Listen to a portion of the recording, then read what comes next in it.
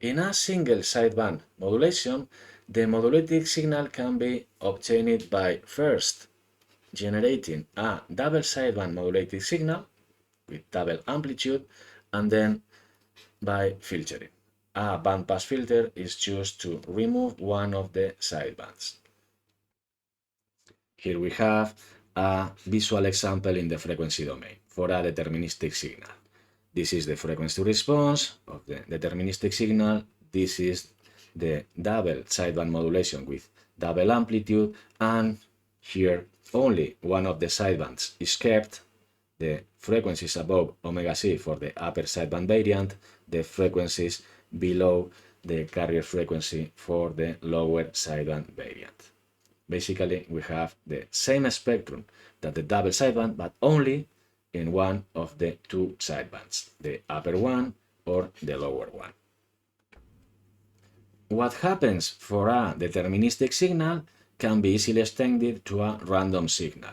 And here it is straightforward to see that the power spectral density of the upper sideband and the lower sideband modulated signals is just the power spectral density of the double sideband with double amplitude signal, but only in the corresponding sideband. The spectrum of the double sideband is given by replicas, shifted replicas of the power spectral density of the modulating signal, shifted to plus omega c and to minus omega c with an scaling factor square of the carrier amplitude. And we have these expressions here, but only for the frequencies above the carrier in the upper sideband and only for the frequencies below the carrier frequency for the lower sideband variant.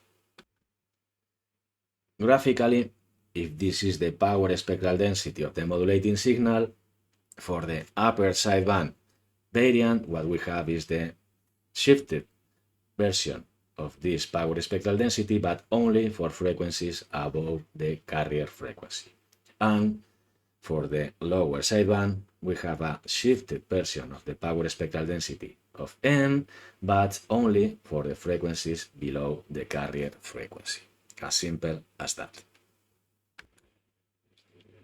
From the power spectral density of any signal, it's possible to obtain its power, because the power of a random process can always be obtained by integrating the power spectral density. In this case, it's very easy to see that the integral of this power spectral density is equal to the integral of the power spectral density of the modulating signal, but with this scaling factor squared of the carrier amplitude. And similarly, the integral of this power spectral density is equal to the integral of the power spectral density of the modulating signal, but just with this scaling factor over here. Taking into account that the integral of the power spectral density of the modulating signal provides the power of the modulating signal, it is evident that the power of a single sideband modulated signal is equal to the square value of the carrier amplitude times the power of the modulating signal. With respect to the bandwidth, it is evident that the bandwidth for a single sideband modulation is equal to the bandwidth of the modulating signal. Graphically, it's evident that this bandwidth for the modulating signal is equal to the bandwidth for the two variants of the modulated of the single sideband modulation.